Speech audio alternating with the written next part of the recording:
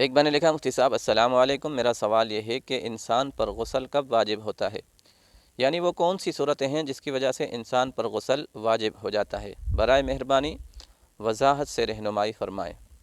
5 صورتوں میں انسان پر غسل واجب ہوتا ہے۔ سب سے پہلی چیز یہ ہے کہ جب انسان کو شہوت کے ساتھ انزال ہو جائے، یعنی اس کی شرمگاہ سے شہوت کے ساتھ منی خارج ہو تو اس پر غسل واجب ہو جاتا ہے۔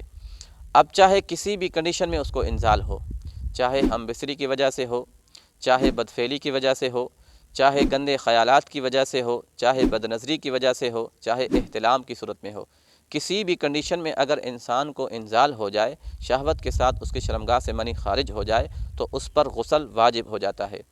اچھا، اس میں ایک چیز یہ ہے کہ جب شہوت کے ساتھ منی خارج ہو، یہ شرط ہے۔ اگر کسی انسان کو تکلیف کی وجہ سے، مشقت کی وجہ سے، زیادہ بوجھ اٹھانے کی وجہ سے یا کسی اونچائی سے گرنے کی وجہ سے اگر انزال ہو جائے تو اس پر غسل واجب نہیں ہوتا، اس کا وضو ٹوٹ جاتا ہے لیکن اس پر غسل واجب نہیں ہوتا۔ غسل اس وقت واجب ہوتا ہے جب شہوت کے ساتھ انزال ہو جائے۔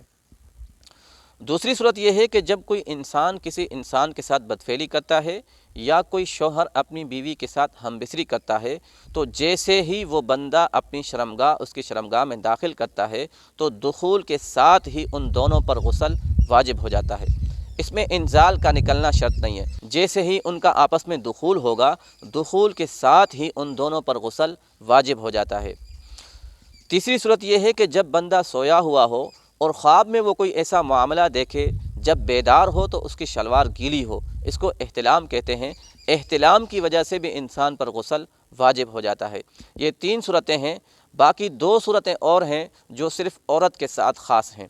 نمبر 1، جب عورت کو پریگنیسی ہوتی ہے، یعنی جب عورت بچہ جنتی ہے، اس کے بعد جتنے دنوں تک عورت کو پریگنیسی کا خون آتا رہتا ہے تب تک وہ عورت ناپاک رہتی ہے، وہ نماز نہیں پڑھ سکتی، تلاوت نہیں کر سکتی، اس کا شوہر اس کے ساتھ ہم بستری نہیں کر سکتا۔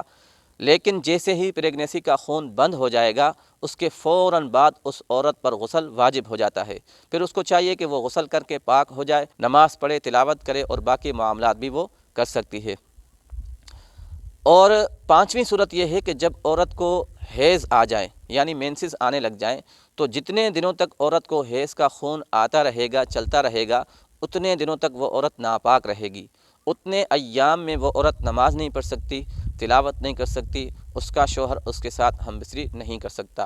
جیسے ہی عورت کو حیض کا خون آنا بند ہو جائے گا، اس کے فوراً بعد اس پر غسل واجب ہو جاتا ہے۔ اس کو چاہیے کہ اس کے بعد پھر فوراً غسل کر لے اور نماز پڑھے، تلاوت کرے اور دیگر عبادات کر سکتی ہے۔ تو یہ 5 صورتیں ہیں جس کی وجہ سے انسان پر غسل واجب ہو جاتا ہے۔ 3 صورتیں مشترکہ ہیں، یعنی اس میں مرد اور عورت دونوں کو وہ پیش آ سکتی ہیں، لیکن 2 صورتیں ایسی ہیں جو صرف عورت کے ساتھ خاص ہیں، ایک پریگنیسی، دوسرا حیض۔